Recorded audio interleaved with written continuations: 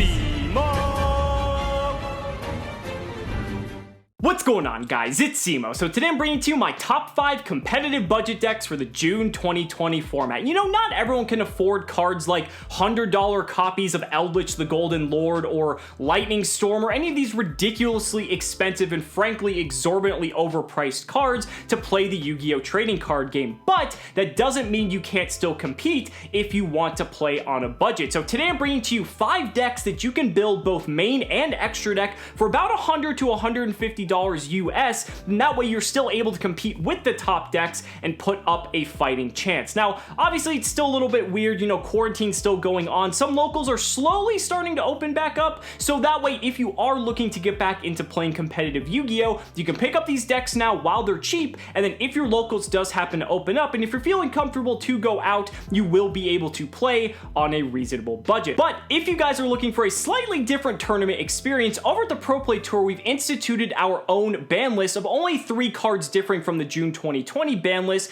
that actually will change the format significantly. This is only going to be online, this won't be in person, so if you're interested, Pro Play Tour Origins is coming up, MBT Yu-Gi-Oh! And I will be commentating, and we'd love to have you, so be sure to check out the link down in the description, and we hope to see you guys there. But without further ado, let's go ahead and get right into it. So kicking things off with number 5, we actually have a deck that is one of my favorites, and although it hasn't been seeing tons of play as of late, I think it's a pretty decent bang for your buck, and that's Zodiac. Now, one of the advantages of Zodiac is that you are able to play a lot of hand traps in a deck like this. You need to keep this in mind when you're playing a budget deck, is you have to analyze the top decks of the current format and what cards you need to play to kind of combat them, and then kind of figure out the rest from there. My top 5 meta decks, we discussed this, so you can check that video out if you wish. And the thing is, when it comes to Zodiac, because the engine is relatively compact, you are able to play a decent amount of hand traps to fend off some of the top decks. Now, another advantage, even though Zodiac Trident is at 1, you know, it's not like it's at 3, right? So it's not nearly as good as it used to be. You do have a win condition in a card like Infinitrack Megaclops. Some decks don't have an out to this card, and if you get this to stick, especially on turn 1 in game 1,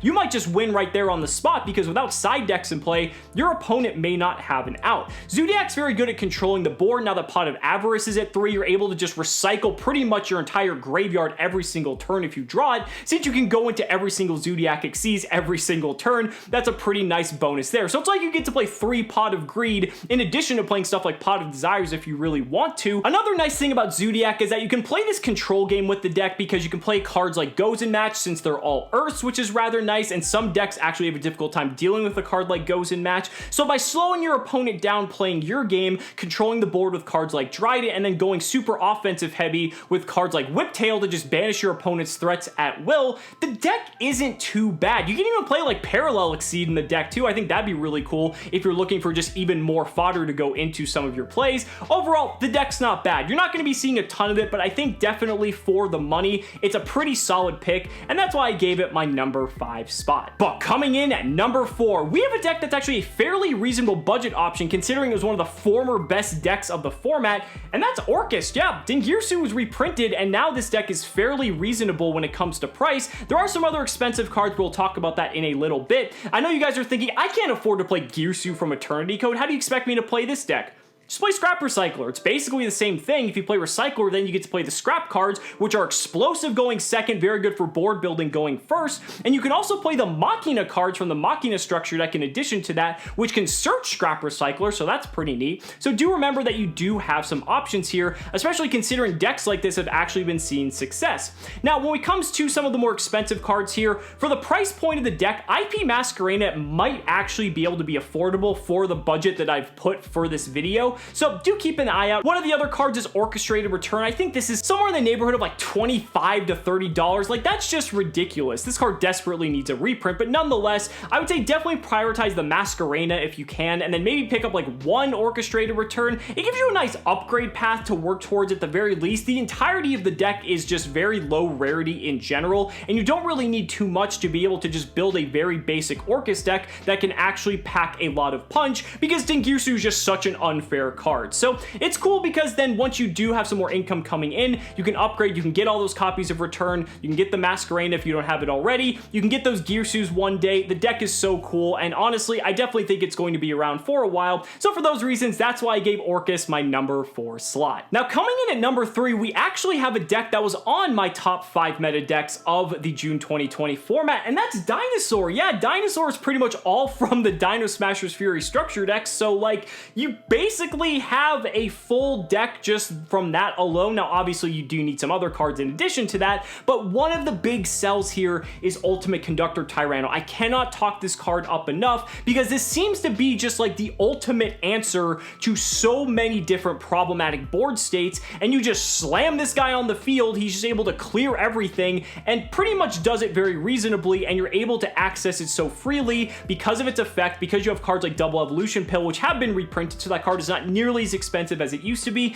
Yeah, you might not be able to afford cards like Anima Adorned Archosaur to up the consistency of your deck, but Pot of Extravagance is getting a reprint in Toon Chaos, and if it doesn't get short printed into Oblivion, which let's be honest, it might be, then that could be a good way to up the consistency of your Dinosaur deck. But even so, you have access to the True Kings, which are incredibly cheap as well. That gives you a very nice win condition going first to summon True King of All Calamities, because that card is relatively inexpensive, and being able to have an awesome turn 1 win condition, and then going second, you can just beat in with all your dinosaurs. What more could you really ask for? This deck has stuck around for so long, and I think from a budget player's perspective, that's a really good thing. So for those reasons, that's why I gave Dinosaur my number 3 spot. But coming in at number 2, I gotta tell you guys, this was a very close call when it comes to the second best budget deck and the budget deck. Again, either of these could be number 1, but there's one reason in particular why this one was number 2, and that is Sky Striker. Yes, Sky Striker is actually one of the best budget decks you can get right now, even considering its status and how well it's been doing in the competitive format. When you look at a Sky Striker list, let me just throw up Ryan Yu's list, which he got first placed with, mind you.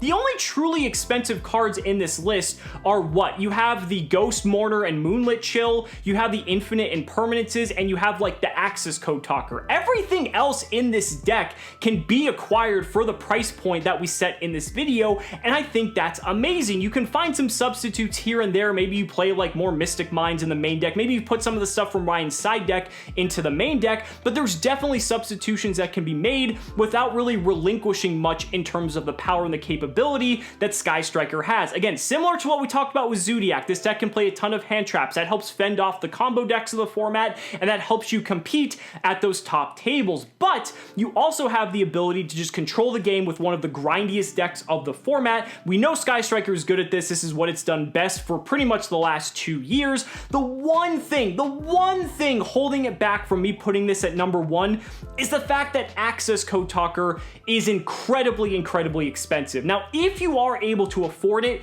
this is probably the best pickup you can get in your Sky Striker deck. And the reason I say that is because it gives your deck a win condition outside of grinding your opponent out of resources. If you have an opening with Sky Striker and you can go like Shark Cannon, resurrect your opponent's monster, and just link up into Access Code Talker, you can just steal games out of nowhere, and it gives the deck a win condition that it desperately needs. So because Access Code Talker is kind of out of the price range for a decent amount of people, that's the only reason I put this deck at number 2, but I still think this is probably, if not one of the best budget options you can go with. And if you don't already have your core, you should have it on hand, because who knows, Sky Striker's been doing things against all odds, especially in a format like this. This deck is going to continue to do things, and so for those reasons, that's why I gave Sky Striker my number 2 spot. But that's gonna bring us to my number 1 competitive budget deck of the June 2020 format. And what deck could be better than Sky Striker? Well, there's one that just barely ekes it out, and we're gonna talk about why, and it's Salomon Great. Yes, this is probably the undying king when it comes to the budget list, because just like Dinosaur, it also comes from a structure deck. So the majority of the contents of this deck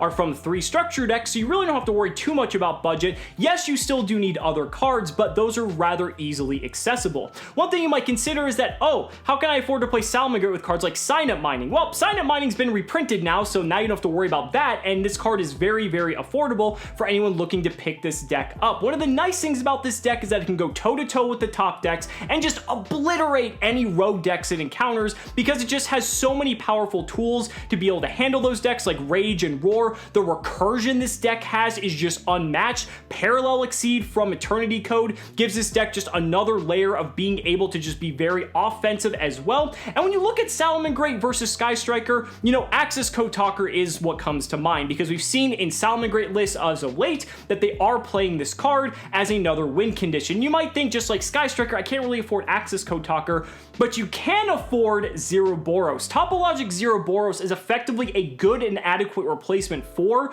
Axis Code Talker. It may not be as good, but the thing is, you are still able to make it with Update Jammer. Because you're playing cards like Pot of Desires, you're going to be able to pump this card up to soaring heights and be able to just OTK your opponent in a similar way to how Axis Code Talker would anyway. People were playing this prior to Eternity Code's release, so this obviously shows that the card works. And so again, it gives the deck another win condition rather than just grinding the opponent out of resources, and it's affordable, and Salomon Great can natively playing without really trying to change up its strategy too much. At the very least, just play Transcode Talker. That's also just as good, but I think Zero Boros is a lot more flashy and packs a much bigger punch. Again, Salomon Great really just does it all, and because of its status, because of the representation, because of how it's fared in the past month or so, I really just had to show the deck some love, because it is doing incredible things at the moment, and probably will for the foreseeable future, because the deck just kind of does it all. And so for those reasons, that's why Salomon Great is my #1 competitive budget deck of the June 2020 format. But guys, those are just my thoughts. Let me know down in the comments what you guys think. I'd really love to hear your thoughts. Thank you guys so much for watching the video. Be sure to like the video as always. Subscribe to the channel for more amazing Yu-Gi-Oh content. And if you found this video helpful, consider supporting me on Patreon or becoming a YouTube channel member. Just by showing your support in any way that you can, you're investing in my ability to continue bringing you amazing Yu-Gi-Oh content. So thanks so much again, and we'll see you next time.